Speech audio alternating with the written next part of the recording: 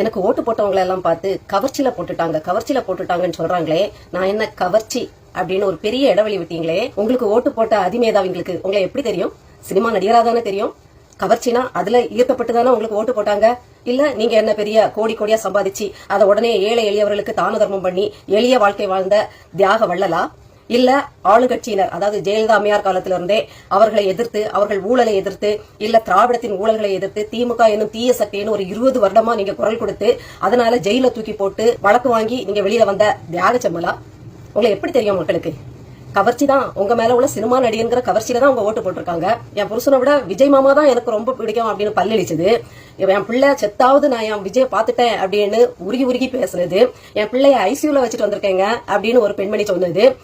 45 வருஷமா நான் ஒரு தலையா விஜய காதலிச்சுக்கிட்டே இருக்கேன், அது விஜயோட அப்பாவுக்கும் தெரியும்னு ஊடகத்துல கூசாம சொன்னது. 3 நாளா என் குழந்தைய காணவங்க, ஆனா நான் விஜய பார்க்க வந்திருக்கேன் அப்படின்னு உருகி பேசுறது.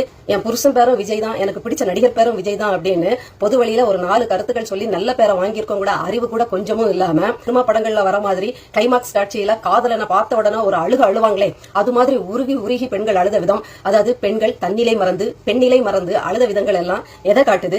ஈர்ப்பதான காட்டுது, கவர்ச்சியதான காட்டுது. நாங்களும் எங்கள் தலைவன் பால் ஈர்க்கப்பட்டிருக்கோம், கவரப்பட்டிருக்கோம். எப்படி தெரியுமா?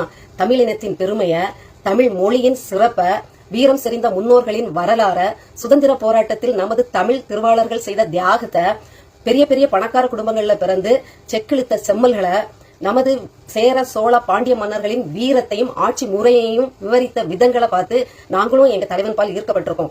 ஈழ இனப்படுகொலை, அதுல நம்முடைய ஆரிய திராவிடர்கள் சேர்ந்து செஞ்ச சூழ்ச்சி, அதனால் நம்முடைய ஈழம்